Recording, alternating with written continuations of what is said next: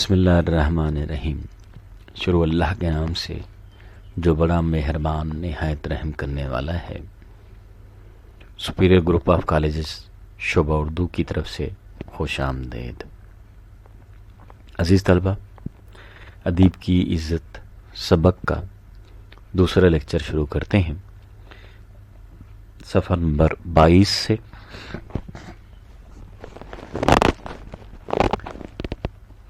سکینہ ان کی سادگی پر ترس کھا کر بولی، تم خیالات کی دنیا میں رہتے رہتے حقیقی دنیا سے بالکل بیگانہ ہو گئے ہو۔ میں کہتی ہوں کہ راجہ صاحب کے یہاں لوگوں کی نگاہ سب سے زیادہ کپڑوں پر ہی پڑے گی۔ سادگی ضرور اچھی چیز ہے، لیکن اس کے معنی یہ تو نہیں کہ آدمی بے وقوف ہی بن جائے۔ قمر کو اس دلیل میں کچھ جان نظر آئی۔ اہل نظر کی طرح انہیں اپنی غلطیوں کے اعتراف میں پسو پیش نہ ہوتا تھا، پیچھے نہیں ہٹتے تھے۔ بولے، میرا خیال ہے چراغ جل جانے کے بعد جاؤں۔ میں تو کہتی ہوں جاؤ ہی کیوں۔ اب تم کو کیسے سمجھاؤں؟ ہر شخص کے دل میں اعزاز و احترام کی بھوک ہوتی ہے۔ تم یہ پوچھو گی یہ بھوک کیوں ہوتی ہے؟ اس لیے کہ یہ ہماری روح کے ارتقاء ترقی کی ایک منزل ہے۔ ہم اس عظیم و شان طاقت کا لطیف حصہ، باریک حصہ جو ساری دنیا میں حاضر و ناظر ہے، حاضر آنکھوں کے سامنے، ناظر آنکھوں سے پوشیدہ، جزو میں کل کی خوبیاں ہونا لازمی امر ہے۔ یعنی ایک ننھا سا قطرہ بھی ہے تو وہ کل کی خوبیاں لیے ہوئے ہوگا۔ اس لیے جاہ و رفت یعنی شان و شوکت، بلندی، علم و فضل کی جانب ہمارا فطری میلان ہے، فطری جھکاؤ ہے۔ میں اس ہوس کو، اس لالچ کو معیوب نہیں سمجھتا، برا نہیں سمجھتا۔ ہاں، چونکہ دل میں ضعف ہے، کمزوری ہے، اہل دنیا کی حرف گیریوں کا، نکتہ چینیوں کا خیال قدم قدم پر دامن گیر ہو جاتا ہے۔ عزیز طلبہ، یہ عبارت تشریح کے لیے بہت امپورٹنٹ ہے، اور یہ ہمارے سوال نمبر 3 جو بورڈ کے پیپر میں آتا ہے کچھ اس طرح سے ہوتا ہے۔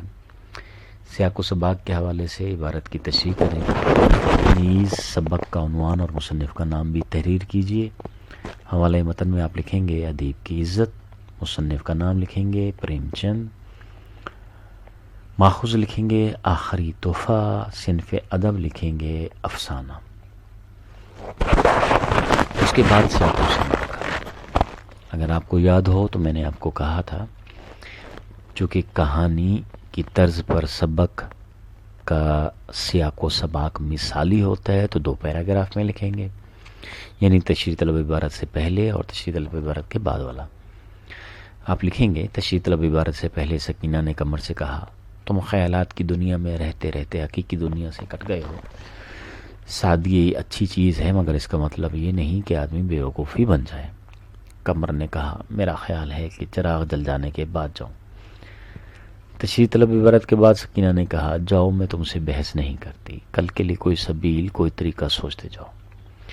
میرے پاس پیسے ختم ہو گئے ہیں۔ قمر نے کہا، ہاں، 2-1 اخباروں سے روپیہ آنے والا ہے، شاید کل تک آ جائے۔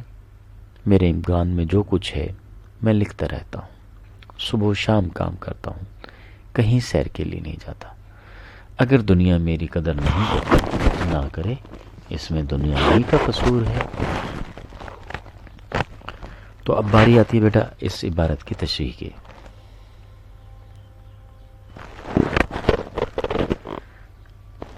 قمر جو ایک پڑھا لکھا شخص ہے اور اس کی بیوی جو ان پڑھ ہے، اس کو سمجھاتے ہوئے کہتا ہے کہ تمہیں سمجھانا بہت مشکل ہے کیونکہ تم نے علم حاصل نہیں کیا۔ کیونکہ اگر علم حاصل کرتی تو تمہیں پتا ہوتا کہ اعزاز اور احترام، شان و شوکت جو ہے وہ کیا ہوتی ہے، اور پھر تم یہ بھی پوچھتی کہ یہ بھوک کیوں ہوتی ہے، اعزاز اور احترام کی کیوں ضرورت ہوتی ہے، کیوں عزت، عہدہ اور مرتبہ حاصل کرنے کی شدید خواہش ہوتی ہے. اس کے لیے تمہیں میں بہت پیچھے جب انسان کو تخلیق کیا جا رہا تھا تو اللہ رب العزت نے تمام فرشتوں سے کہا کہ اس کو سجدہ کرو. سب نے سجدہ کیا سوائے ابلیس کے. تو اللہ تعالیٰ نے ابلیس پر لعنت بھیج دی، متعون قرار دے دیا. تب سے آج تک وہ اس انسان کی عظمت کی وجہ سے متعون ہے، اور انسان اپنے علم کی وجہ سے عظمت والا بن گیا ہے. کیونکہ اللہ تعالیٰ نے فرشتوں سے پوچھا کہ جب میں نے تمہیں ایک سجدے کا کہا تو تم نے اس کو دوسرا سجدہ کیوں کیا؟ فرشتوں نے کہا کہ ہم نے ڈرتے ڈرتے ایک سجدہ کیا تھا کہ یہ تو زمین پہ جا کے فتنہ و فساد کرے گا، لیکن جب ہم سجدے میں گئے تو پتہ چلا کہ اسے تو چیزوں کے نام آتے ہیں، یعنی اسے ہم پہ فوقیت حاصل ہے. پھر ہم نے خشوع و خضوع کے ساتھ وہ دوسرا سجدہ کر دیا. جو 2 سجدے آج ہماری نماز میں ہیں وہ وہی ہیں. تو انسان فطری طور پر اعزاز اور احترام چاہتا ہے، شان و شوکت چاہتا ہے، کیونکہ اللہ تعالیٰ نے اس میں اپنی روح پھونکی ہے. اللہ تعالیٰ کی ذات کا ایک جزو ہے وہ روح، اور وہ روح کل کی خوبیاں لیے ہوئے ہے، یعنی اللہ تعالیٰ کی خوبیاں لیے ہوئے ہے. جس طرح اللہ تعالیٰ مرتبے والا، عزت والا، شان والا ہے، اسی طرح انسان کی بھی یہ خواہش ہے کہ اس کا زمین پہ جو نائب ہے وہ بھی عزت والا ہو، شان والا ہو، مقام اور مرتبے والا ہو. اسی لیے میں نے عزت، شان و شوکت کی طرف کوشش کی. تم کہنے کو یہ کہہ سکتی ہو کہ مجھے عزت اور شان کی لالچ ہے، جس کی وجہ سے میرا دل بہک سکتا ہے اور دنیا والے نکتہ چینی کر سکتے ہیں، اعتراضات کر سکتے ہیں.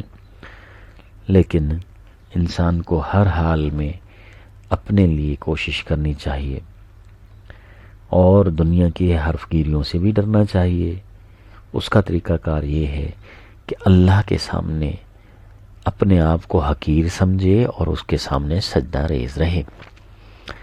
اسی لیے قمر کہتے ہیں کہ اگر میں اعزاز اور احترام چاہتا ہوں تو صرف اس لیے کہ میں اللہ کا نائب ہوں اور اسی کی طرح عزت اور مقام اور مرتبہ چاہتا ہوں. یہاں تک تشریح ختم ہے بیٹے.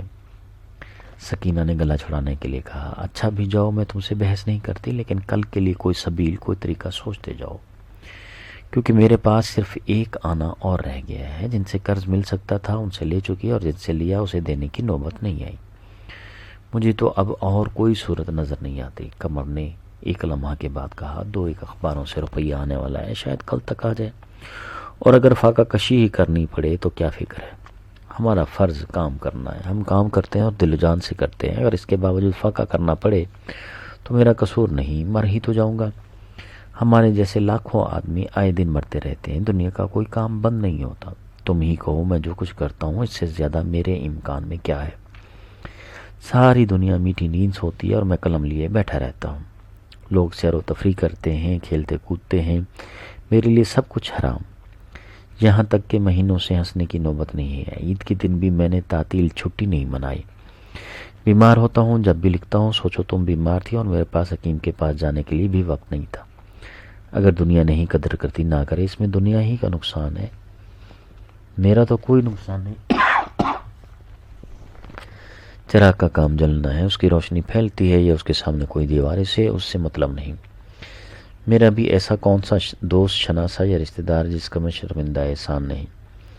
یہاں تک کہ اب گھر سے نکلتے بھی شرم آتی ہے. تو نان صرف اتنا ہے کہ لوگ مجھے بدنیت تصور نہیں کرتے. خواہ وہ میری کچھ زیادہ امداد نہ کر سکیں، مگر انہیں مجھ سے ہمدردی ہے۔ میری خوشی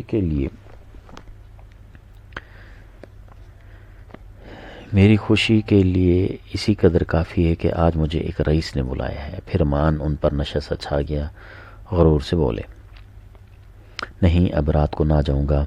جسے راجہ لوگ مدعو کریں وہ ایسا ویسا آدمی نہیں ہو سکتا۔ راجہ صاحب معمولی رئیس نہیں،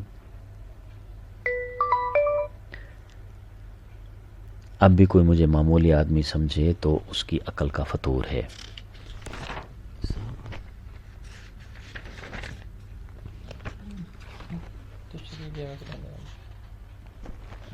عزیز طلبہ، اس کے بعد چیپٹر نمبر 3 ہے 23 پیج پہ۔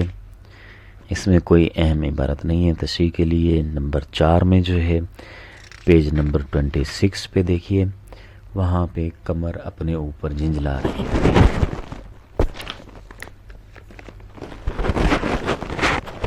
اس کا حوالے متن بھی وہی لکھیں گے، ادیب کی عزت، سبق کا عنوان، مصنف کا نام منشی پریم چند، پھر اس کی بعد باری آئے گی ماخوذ، آخری تحفہ، صنف ادب افسانہ، اور اس کے بعد سیاق و سباق۔ سیاق و سباق کچھ اس طرح سے ہے۔ تشریح طلب عبارت سے پہلے مصنف کہتے ہیں کہ قمر جب راجہ صاحب کے گھر پہنچے تو رات ہو چکی تھی۔ راجہ صاحب نے لوگوں سے ان کا تعارف کروایا، جس کی وجہ سے ایک انگریزی سوٹ والے شخص کے ساتھ ان کی جھڑپ ہو گئی۔ قمر نے اینٹ کا جواب پتھر سے دیا۔ تشریح طلب عبارت کے بعد مصنف کہتے ہیں کہ یکا یک لوگوں میں ہلچل مچ گئی۔ جن صاحب کے اعزاز میں دعوت تھی وہ محفل میں آ گئے تھے۔ راجہ صاحب نے قمر سے کہا، کوئی نظم سنا دو۔ قمر نے کہا، معاف فرمائیے، میں نے کوئی نظم تیار نہیں کی، اور یہ کہتے کہتے وہاں سے چل پڑے۔ قمر بہت خوش تھے کیونکہ انہیں معلوم ہو گیا تھا کہ ان کا جھونپڑا ہی ان کے لیے جنت ہے۔ اب اس پیج پہ قمر اپنے اوپر جھنجلا رہے تھے، یہاں سے لے کر اور کوئی مصرف نہیں، یہاں تک امپارٹنٹ ہے عبارت، اس کو ذرا تشریح کے لیے دیکھ سکتے ہیں۔ قمر اپنے اوپر جھنجلا رہے تھے، دعوتی کارڈ پا کر وہ پھولے نہ سمائے تھے، لیکن یہاں آ کر جس قدر تذلیل ہوئی تھی ان کو دیکھ کر اطمینان کا جھونپڑا بہت جنت سے کم نہ تھا۔ انہوں نے اپنے آپ کو تان کی، لعنت ملامت کی۔ تمہارے جیسے عزت کے ہوس مندوں کی یہی سزا ہے۔ اب آنکھیں کھلیں، تم کتنی عزت کے مستحق ہو، تم خود اس غرض مند دنیا میں کسی کے کام نہیں آ سکتے، وکیل تمہارا احترام کیوں کریں، تم کسی کے موکل نہیں ہو سکتے، ڈاکٹر اور حکیم تمہاری طرف کیوں دیکھیں، انہیں بغیر فیس کے گھر آنے کی ضرورت نہیں، تم لکھنے کے لیے بنے ہو، لکھتے جاؤ، اس دنیا میں تمہارا اور کوئی مصرف نہیں۔ اگر بیٹے یہ عبارت جو ہے تشریح کے لیے آ جائے تو اس کا سیاق و سباق ہم نے پہلے دیکھ لیا ہے، اب باری آتی ہے تشریح کی۔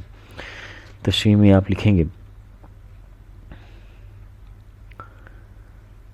کہ قمر اپنے آپ پہ شدید غصہ ہو رہے تھے، کیونکہ وہ سارا دن یہی سوچتے رہے تھے کہ جب میں محفل میں جاؤں گا تو مجھے بہت عزت دی جائے گی، قدر و منزلت کے بہت بڑے تخت پہ بٹھایا جائے گا، لوگ میرے سامنے ہاتھ باندھے کھڑے ہوئے ہوں گے، لیکن یہاں پہ ایسا کچھ بھی نہیں ہوا۔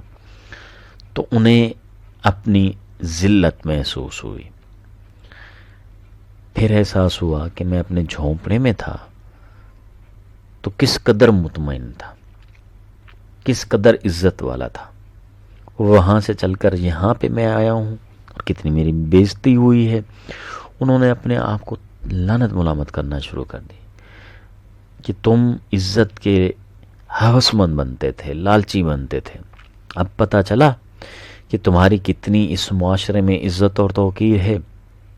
دراصل یہ خود کلامی کا رویہ ہے، وہ اپنے آپ کو ہی تان و ملامت کر رہے ہیں کہ آج ہم جس دور میں سانس لے رہے ہیں انتہائی خود غرضی کا دور ہے، رشتے، تعلق، دوستی سب کچھ پیچھے رہ گیا ہے، ورنہ ساری دنیا میں خود غرضی چھپی ہوئی ہے، مطلب چھپا ہوا ہے۔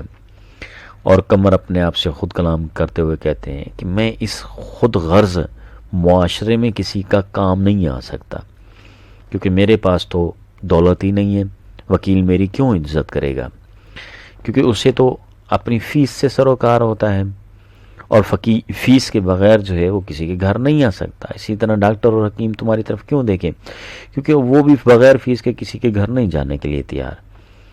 تو جب تم کسی کی فیس ادا نہیں کر سکتے ہو تو پھر ان لوگوں کی محفل میں کیوں جا کر خوش ہوتے ہو؟ کیونکہ جو لوگ امیروں کی محفل میں جاتے ہیں انہیں یہ جان لینا چاہیے، کیونکہ کسی دانا نے کہا تھا امیر آدمی اپنی انا کی تسکین کے لیے ہمیشہ سے غریب کا مذاق اڑاتا چلا آ رہا ہے۔ تو عبارت کے آخر میں قمر اپنے آپ کو سمجھا رہے ہیں کہ اللہ تعالیٰ نے تمہیں صرف لکھنے کے لیے بنایا ہے، تم اپنی ذمہ داری نبھاتے جاؤ، تمہارا اس دنیا میں اور کوئی مصرف نہیں ہے۔ کیونکہ جو لوگ دوسروں کے باغوں میں اور تفریح گاہوں میں خوشی کو ڈھونڈتے ہیں وہ نہ گھر کے رہتے ہیں نہ گھاٹ کے۔ خوشی ہمیشہ اپنے گھر میں ملتی ہے۔ اس لیے قمر اپنے آپ سے کہتے ہیں کہ کام کے لیے جیو، نہ کہ جینے کے لیے کام کرو۔ عزیز طلبہ، یہاں تک اس کی تشریح تھی۔ چونکہ ایک طویل سبق ہے اور وقت کی قلت نے مجھے مجبور کر دیا کہ میں اس پورے سبق کی ریڈنگ نہیں کر سکا۔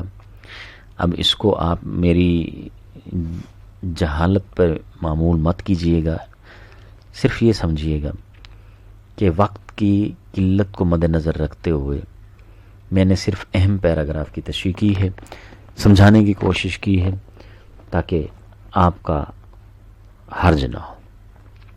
اللہ تعالیٰ آپ کا حامی و ناصر ہو۔ آج دوسرا لیکچر جو ہے ہم نے مکمل کر لیا ہے۔ اس سبق کے حوالے سے کچھ اور حوالہ جات جو ہیں وہ سکرین پہ موجود ہیں۔ بقول حضرت رابعہ بصری، جس طرح موم اپنے آپ کو جلا کر دوسروں کو روشنی پہنچاتی ہے، اسی طرح تم بھی اپنے آپ کو جلا دو۔ بقول شیخ سعدی، اگر تم نے ہر حال میں خوش رہنے کا فن سیکھ لیا ہے تو یقین کر لو زندگی کا سب سے بڑا فن سیکھ لیا ہے۔ بقول برنارڈ شاہ، قرض وہ لعنت ہے جو اچھے اچھے لوگوں کو بھی ذلیل و خوار کر کے رکھ دیتا ہے۔ بقول سید علی ہجویری صاحب، جہاں تمہارا لحاظ نہ ہوتا ہو وہاں ہرگز نہ جاؤ۔ اسی طرح بقول دانا، امیر آدمی اپنی انا کی تسکین کے لیے غریب کا مذاق ہمیشہ اڑاتا چلا آ رہا ہے۔ بقول دانا، خوشی دوسروں کے باغوں اور تفریح گاہوں میں نہیں بلکہ اپنے گھر میں رہتی ہے۔